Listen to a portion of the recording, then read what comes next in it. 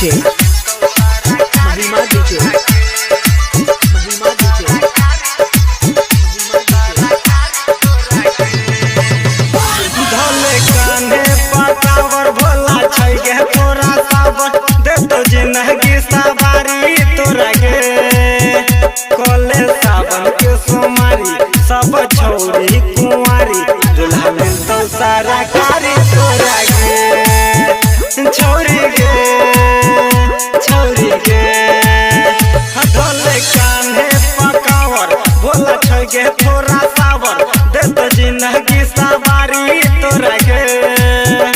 कोले सावन के सोमारी सब छौरी कुंवारी दुल्हा में तो सारा कारी तोरा गे छौरी गे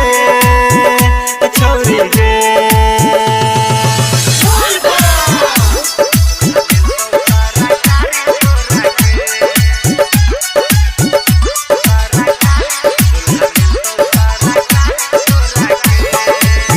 Mahima DJ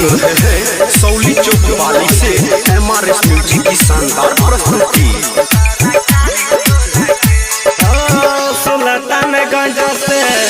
भरी ली है लेके लोटा में जल के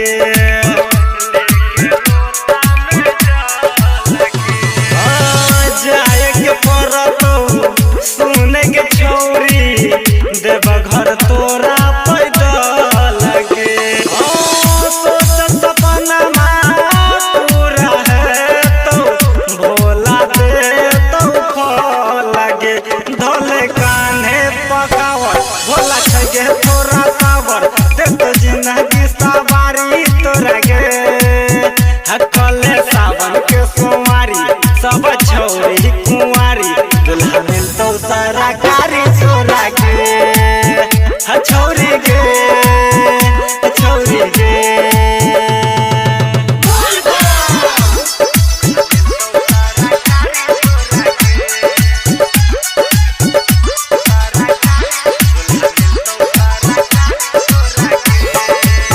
Mahima DJ सौली चौक वाली से MRS म्यूजिक की शानदार प्रस्तुति। सुबह समतोई करी है भजनिया छौरी महाकाल के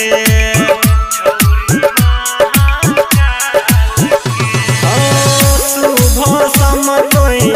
करी है भजनिया छौरी महाकाल के तारा पुरई तो भोले दानी